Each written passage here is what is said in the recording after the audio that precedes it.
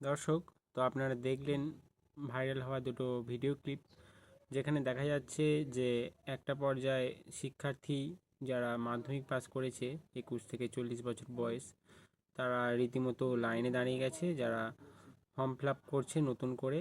যে মাননীয় মুখ্যমন্ত্রী মমতা বন্দ্যোপাধ্যায় যে প্রকল্প ভাতা একটা লঞ্চ করেছেন, তিনি তার বাজেটে, রাজ্যের বাজেটে, সেটা তারা অংশীদারি হওয়ার চেষ্টা করছে, এবং যেখানে তারা তাদের যে পাওনা ভাতাটা তারা স্বীকার করে নিচ্ছে। তারা যে অবহেলিত, তারা যে ভাতা নিয়েই পরবর্তীকালে সংসার জীবন বা পরবর্তী জীবনকাল কাটাবেন, এটা তারা ব্যাখ্যা করছেন। আর আরেক দিকে আপনারা দেখলেন যে চাকরি প্রার্থীরা যারা রাস্তায় দিনকে দিন অবহেলিত, অত্যাচারিত হয়েছে, তারা এই ভাতার ধিক্কার জানাচ্ছে। তারা তারা চাইছে, এখনও তারা চাইছে চাকরি, তাদের হকের চাকরি, কিন্তু সেটা আমাদের রাজ্য সরকার দিতে নারাজ। তারা সেই ভাতার প্রকল্প মাধ্যমে রাজ্যের যে মানুষ আছেন, সাধারণ মানুষ আছেন, তাদেরকে কোনো রকমে যে হিন্দু মুসলিম না করে এবং এক প্রকার ঠান্ডা করে রাখার চেষ্টা, নানা রকম আমরা তো দেখেছি, আরজিকর দেখেছি, আমাদের মুর্শিদাবাদ দেখেছি,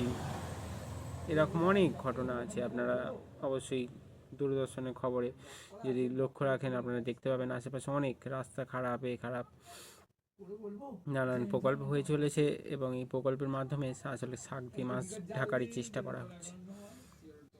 আপনারাও দেখবেন আপনার বাড়িতে বা আপনার পাশের পাড়ায় বা আপনার পাশের বাড়ি অনেক বেকার যুবক যুবতী আছে, তারা হয়তো উৎসাহিত হয়ে, কম বয়সী যে বেকার যুবক যুবতী, তারা হয়তো উৎসাহিত হয়ে এই ফর্ম ফিল আপ করতে যাচ্ছে। তারা হয়তো টাকা পেয়ে যাবে, আমি বলছি না টাকা পাবে না, এপ্রিল মাসে ঘোষণা করেছে, মানে এপ্রিল মাসেই তারা টাকা পেয়ে যাবে।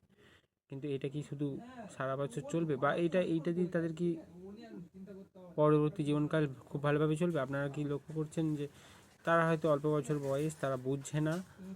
আর আমাদের এই যে রাজ্যে যে সরকারটা চলছে, এদের লক্ষ্যটাই ওটা, যে কোনোভাবে এই যে বেকার যুবক যুবতী, অল্প বয়সী বেকার যুবতী, তাদেরকে মাথায় ঘুরিয়ে দেয়া।